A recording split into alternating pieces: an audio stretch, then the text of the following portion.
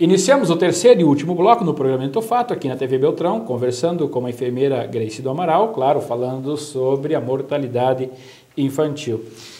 Eu tenho lido, Grace, que em 99, 27% dos partos feitos no país pelo SUS eram de adolescentes com idade de 10 a 19 anos. Então, a gravidez de adolescente assusta muito no nosso país. Qual é a realidade também da gravidez dos adolescentes aqui no município de Francisco Beltrão e também porque a gente não fala no Sudoeste do Paraná?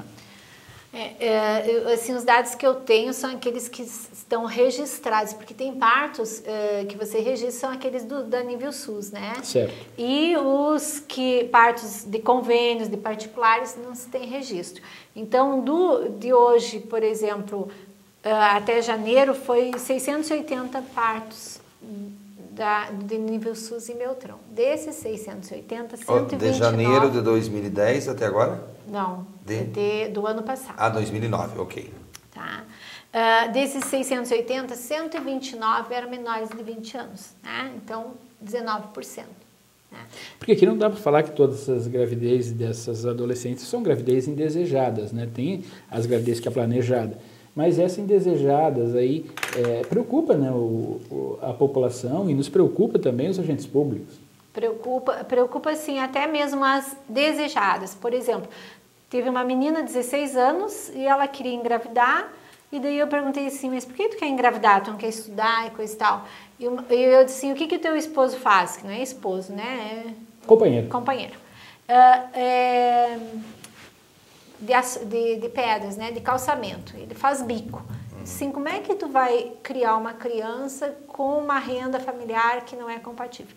Ah, mas eu fico sozinha em casa, não tenho nada e coisa e tal, eu quero ter... Assim, tu acha que uma criança é um boneco que você vai? Ele vai chorar, até, de repente, ele vai... tá considerando uma criança como um bichinho de estimação para fazer companhia, né? Então, tem muita questão, assim, de você... Quer dizer, tu vê, assim, um despreparo, tanto das adolescentes como dos pais, né? Porque eu falo assim, que a educação sexual começa dentro de casa. Ela tem que ter um acompanhamento na escola, né? E também a questão do adolescente. Então, porque hoje você vê assim, por falta de informação, não é. A maioria tem computador. As informações tem na televisão. Tá? Então, eu penso assim que é a questão de você ter alguém para conversar, para ver, né? E o que mais assim, ó, por exemplo, aqui em Beltrão já teve gestantes com 10 anos, gestantes com 13 anos. Agora, né? Se você colocou o seguinte, não é por falta de informação que essas gestantes hoje estão aí engravidando, elas têm informação, mas ao mesmo tempo que ela tem a informação de como se prevenir, ela tem a informação que é o estímulo, que é a própria televisão, o computador, como você mesmo colocou. Nós estamos falando sobre mortalidade infantil e agora nesse último bloco estamos falando sobre a questão de educação sexual. E eu acho que isso é a forma de prevenção, quer dizer, antes de existir uma gravidez, desejada ou não, você tem que ter essa questão cultural, educativa. E hoje se discute muito a questão de implantar nas escolas uma disciplina de educação sexual. Você, Grace, pela tua experiência como enfermeira, conversando com pessoas de todos os níveis econômicos, você acredita que a questão educação, se for implantada para a escola, se for delegada para a escola essa responsabilidade da educação sexual, pode prevenir ou de repente pode estimular a prática sexual precoce? Depende do profissional que está lá, do perfil desse professor que vai dar. Se o perfil é bom, e ele consegue transmitir as coisas com maior clareza, sem ficar envergonhado, sem estar assim, querer aprender e querer transmitir o que ele sabe, eu acredito que sim, entendeu? É previsão, porque a prevenção, porque se tiver alguém lá que entenda, que tem esse perfil, que possa falar, o aluno vai ter um acesso melhor, porque eu acho assim, eu até elogio as meninas, como eu tô ali numa unidade próxima à escola, elas vão lá e eu elogio elas, mas eu sempre falo, fale para a mão de vocês, porque é melhor os pais saberem pela boca de vocês porque por terceiros. Então, eu acho assim que o Estado o Estado, o governo federal tem que priorizar isso.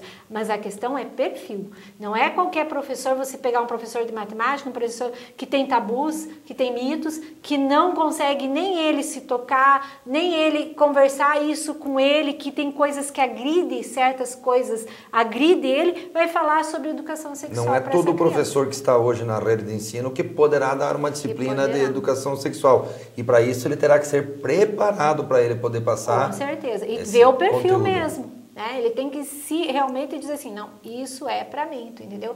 Porque você falando de educação sexual é autoestima. Pro adolescente, educação sexual hoje é autoestima. É autoestima e também tem um detalhe, pode ser também um estímulo quando você começa a falar sobre um assunto. Se você dispõe assim, é a questão. Por isso que o profissional tem que estar bem preparado, porque a autoestima é para o adolescente, ele tem que ter objetivos nessa vida. O objetivo dele naquela época, daquela idade, não é fazer filho, porque ele vai ter mais tarde esse tempo para fazer. O objetivo dele é ter um trabalho, um estudo, alguma coisa para que ele se fortaleça. Então, daí a educação sexual. Agora, a questão de você colocar alguém que vai lá dizer que o uso de camisinha indiscriminada é bom, que é normal você ter uma revistinha de mulher, né, pelada, vamos dizer bem certo, na hora do recreio todo mundo olhando, é uma coisa, entendeu? Assim, então acaba você tendo assim, daí não é uma educação sexual. É um estímulo. Seria uma grade curricular que tenha na disciplina que desperte no adolescente a maturidade, a criatividade, o entendimento, mas também a reflexão da complexidade desse tema.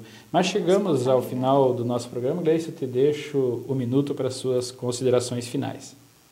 Eu agradeço aqui a oportunidade da gente falar que temas bem relevantes como mortalidade infantil, que é uma coisa que deve preocupar não só a mim como profissional, mas a todos os profissionais da rede de saúde e também a todos os profissionais de rede de prestação de serviço, bem como os gestores, né? Seja a âmbito nacional, estadual e municipal. Hoje nós temos agora até no estado um novo programa para prevenir isso. Então, eu gostaria assim que a gente realmente cada vez mais olhasse esse tema com mais carinho, prevenindo, fazendo o nosso trabalho a melhor maneira possível, mesmo que às vezes a gente pense que nós ganhamos muito pouco, mas eu acho assim que o que a gente está ganhando em servir bem, a gente não ganha de homens, mas ganha de Deus. E um recado aqui que eu gostaria de deixar para as famílias, né? A questão da adolescente, da gestante, seja a questão do Dogradito, todas, a questão da família é muito importante em qualquer época da nossa vida, mas na época do adolescente é muito mais.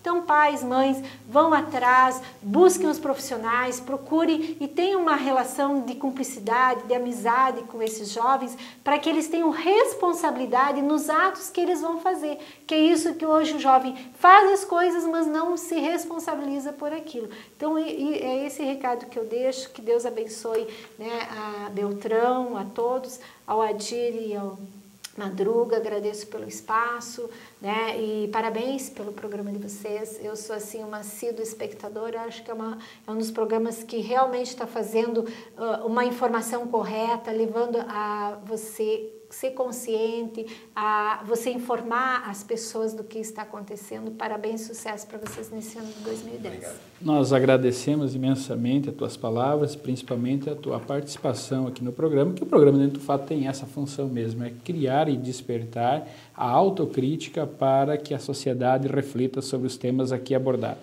Agradecemos a grande audiência que o programa Dentro do Fato está tendo aqui no município de Francisco Beltrão, Realeza, ou enfim, até onde pega o sinal da nossa TV Beltrão. Lembramos aos nossos telespectadores que o programa Dentro do Fato vai ao ar na TV Beltrão todas as quintas-feiras, às 21h40, na sua primeira edição, e na segunda edição, o sábado, às 17h. Lembramos ainda que o nosso programa está à disposição no site www.dentrodofato.com.br. Até lá e fique todos com Deus.